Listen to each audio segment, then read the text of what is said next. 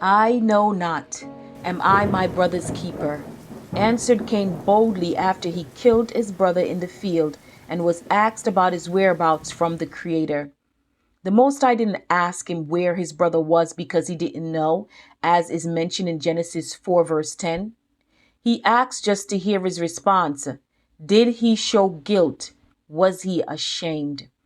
For it is written in Matthew 12 verse 37 that by thy words thou shalt be justified, and by thy words thou shalt be condemned.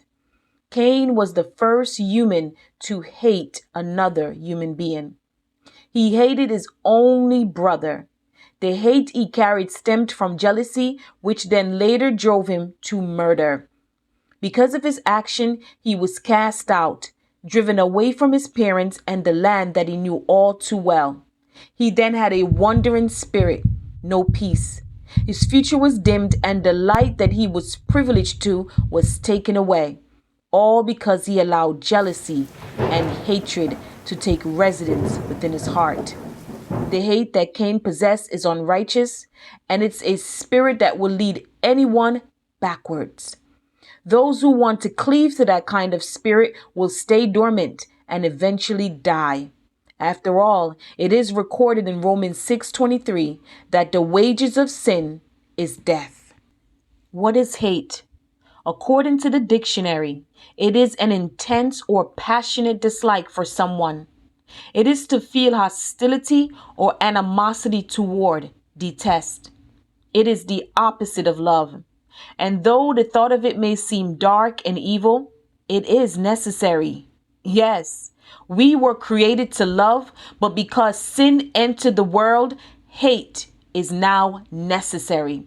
For it is said in Psalms 97 verse 10, he that love Yah hate evil. Thus, hate when in itself is not a sin. Unrighteous hate and the deeds thereof is. Cain committed an unrighteous act because he harbored hate, the kind of hate that is unlawful. He was jealous of his brother Abel because his gift was accepted by the Most High and his wasn't. That jealousy he had and the act that followed, coupled with rage, was hate. The hate that he carried provoked him because he dwelled in it. He refused to let it go until it manifested itself physically and drove him to murder. He killed his only brother.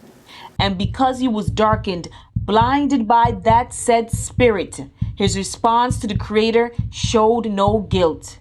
I know not, am I my brother's keeper? He did not take heed to the warning that was given to him by the Most High in Genesis 4 verse 7, that if he does well, he will be accepted. And if he does not well, sin is at the door. And unto thee shall be his desire, and thou shalt rule over him. Cain did not circumcise his heart and rule over that spirit. And after reading Genesis 4, a conclusion can be made that he was not remorseful, but only concerned about his punishment. Perhaps he was remorseful and it was not recorded in the 66 books of the Bible. Perhaps slaying his brother woke him up. However, remorseful or not, woke or asleep, he had a price to pay. He broke the sixth commandment. He killed. He slayed a righteous man. The reward for harboring such hate and the murder he committed was almost unbearable for him. Unrighteous hate can be compared to a squatter or an unruly tenant.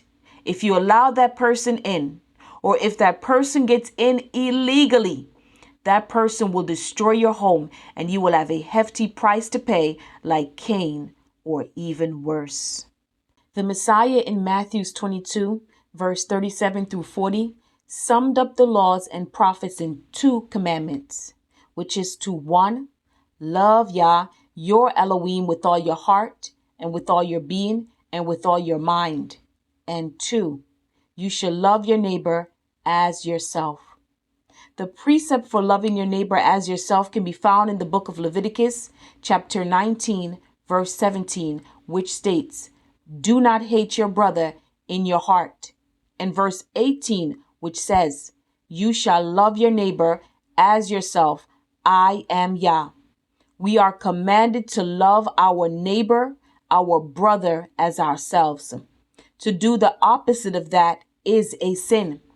A sin, if not conquered, will lead to death. But who is our neighbor? Or who is our brother? When the law was given that we should love our neighbor, our brother as ourselves, it was given to the children of Israel by Moses.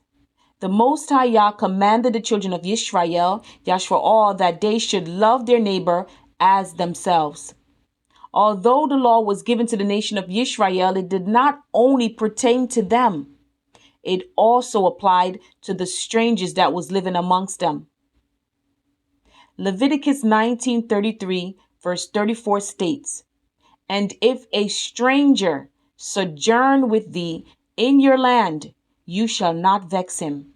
But the stranger that dwelleth with you shall be unto you as one born amongst you, and thou shalt love him as thyself. For ye were strangers, or for you were strangers in the land of Egypt. I am Yah, your Elohim. Thus the nation of Israel, the offspring of Jacob's 12 sons, should not only love those that came from him. The Messiah states in the book of Matthew 12, verse 50, that for whosoever shall do the will of my Father which is in heaven, the same is my brother and sister and mother. People harbor unrighteous hate for many different reasons. But that hate did not come from nowhere. It formed or grew from a seed that was planted. For Cain, that seed was jealousy. Hate that springs up from seeds of unrighteousness, like jealousy, unforgiveness, covetousness, anger, brings forth fruits of unrighteousness, like murder, discrimination, injustice, slander, injury. On the contrary, hate that comes from the Father does not come from a place of unrighteousness, but a place of holiness. His hate is to abhor that which is evil. Matthew 7:18, a good tree cannot bring forth evil fruit, neither can a corrupt tree bring forth good fruit. Thus, if a tree is corrupt, eventually it will be cut down. In Luke chapter 3, verse 9, it says, and now also the axe is laid unto the root of the trees. Every tree, therefore, which bringeth not fruit, that bringeth not forth good fruit, is hewn down and cast into the fire. The question now is, what kind of tree are you? Uproot those unrighteous seeds that brings forth unrighteousness, for it will only lead you to the path of death.